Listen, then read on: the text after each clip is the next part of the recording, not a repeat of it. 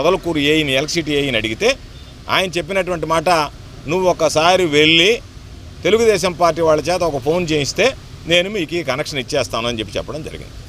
నేను వాళ్ళ గడప తొక్కను, కాబట్టి వాళ్ళ దగ్గరికి వెళితే తప్ప కుదరదు అంటే నేను కట్టినటువంటి డబ్బులు నాకు ఇచ్చేయండి అని చెప్పి ఆయన చెప్పడం జరిగింది.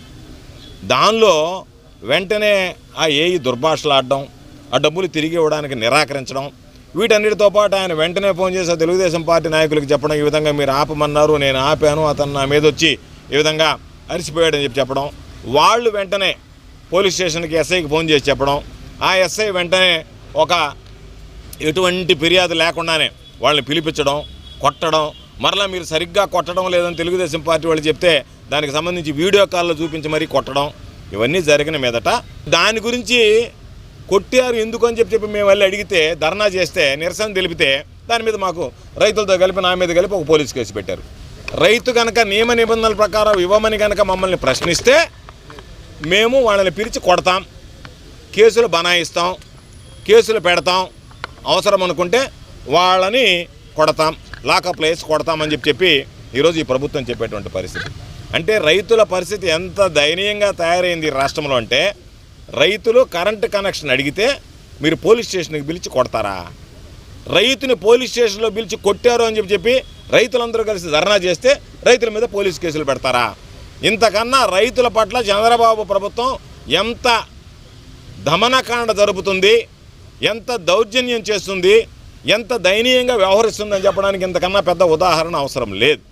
అందుకనే ఈరోజు మేము చెప్పాం, అయ్యా ఇప్పటికే అన్ని విధాలా రైతాంగం నష్టపోయారు, రైతాంగం నాశనం అయిపోతున్నారు, కరెంటు కనెక్షన్లు ఇవ్వక వాళ్ళ పొలాలు ఎండిపోతున్నాయి, పంటలు ఎండిపోతున్నాయి.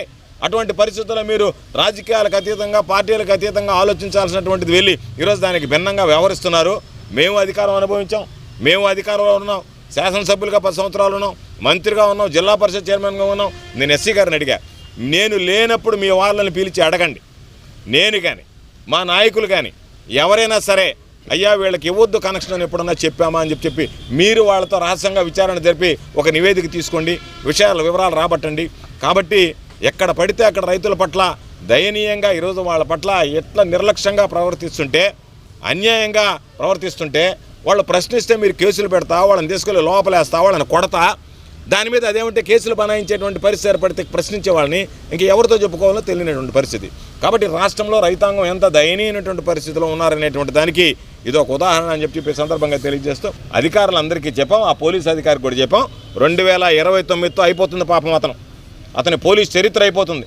అక్కడి నుంచి అతని నేర చరిత్ర ఏదైతే చేశాడో దాని మీద విచారణ ప్రారంభిస్తే తట్టుకొని నిలబడగలడా అనేటువంటిది ఆలోచన చేయాలి. అందుకని జిల్లా ఎస్పీ గారిని కూడా కలుస్తాం, జరిగినటువంటి విషయాన్ని తెలియజెప్తాం, ఖచ్చితంగా దీని మీద విచారణ చేయమని చెప్పి కోరుతాం.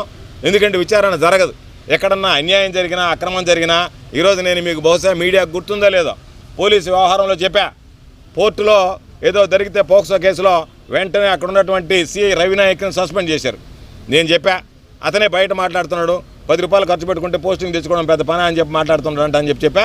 అదేవిధంగా నెక్స్ట్ నేను చెప్పిన తర్వాత 2-3 నెలలకే ఆయన పోస్టింగ్లోకి తీసుకున్నారు. అంటే మొక్కుబడిగా ప్రజల దృష్టి మరల్చడానికి ఏదో ఒక విధంగా మేము చేశాము అని చెప్పి మీరు నాటకాలు ఆడటం తప్ప వాస్తవ దృక్పథం ఉంటే ఈరోజు ఆ రవినాయక్ చేసినటువంటి దాని మీద విచారణ జరిగిందా? విచారణ చేశారా? దేనివల్ల మీరు సస్పెండ్ చేశారు? దేనివల్ల మళ్ళీ రివోక్ చేసి అతనికి ఉద్యోగం ఇచ్చారు? దాని అర్థం ఏంటంటే ఏదో ప్రజలకు సంబంధించి ఏదన్నా వచ్చినప్పుడు హడావిడి చేయడం, ఆ తర్వాత దాని గురించి పట్టించుకోవట్లేదు అన్నప్పుడు వాళ్ళకి మళ్ళీ ఉద్యోగాలు ఇచ్చి వాళ్ళకి అందలం ఎక్కించడం. కాబట్టే ఈరోజు పోలీసు వ్యవస్థ నాశనం అయిపోయింది. పోలీసు వ్యవస్థ ఏ రోజు ఉన్నట్టుగా వాళ్ళ ప్రతిష్ట మసకబారుతుంది, ఇష్ట ప్రకారం వ్యవహరిస్తున్నారు.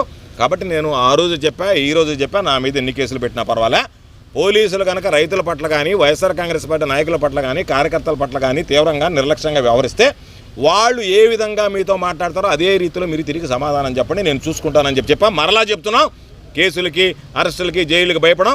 ఒకవేళ ఏదైనా పోలీసు వ్యవస్థ, పోలీసు అధికారులు ఈరోజు మేము ఇష్ట ప్రకారం వ్యవహరిస్తామనంటే వైఎస్ఆర్ కాంగ్రెస్ పార్టీ శ్రేణులు ఈ జిల్లాలో తిరగబడతారు, వాళ్ళకి సమాధానం చెప్తారు. దాని ప్రకారమే రాబోయేటువంటి రోజుల్లో మేము ఈరోజు మీరు మీ ఇష్ట ప్రకారం మాకు పోలీసు వ్యవస్థ ఉంది, పోలీసు మేము అధికారులు అని చెప్పి ఇష్టారాధిగా వ్యవహరిస్తామంటే ఎవరి జాగిరి కాదు, ఇది చంద్రబాబు నాయుడు జాగిరి కాదు. కాబట్టి ఆయన చెప్పినట్టుగా మీరు ఆడుతూ ఉంటే, ఆయన చెప్పినట్టుగా మీరు పాడుతూ ఉంటే అందరం గమ్ముకుండడానికి ఈసారి నేను చెబుతున్నా, ఈ జిల్లాలో ఎవడి మీదైనా ఒక పోలీసు చెయ్యి వేస్తే దాని పర్యవసనాలు ఏ విధంగా ఉంటాయి అనేటువంటిది కూడా భవిష్యత్తులో చూస్తారు.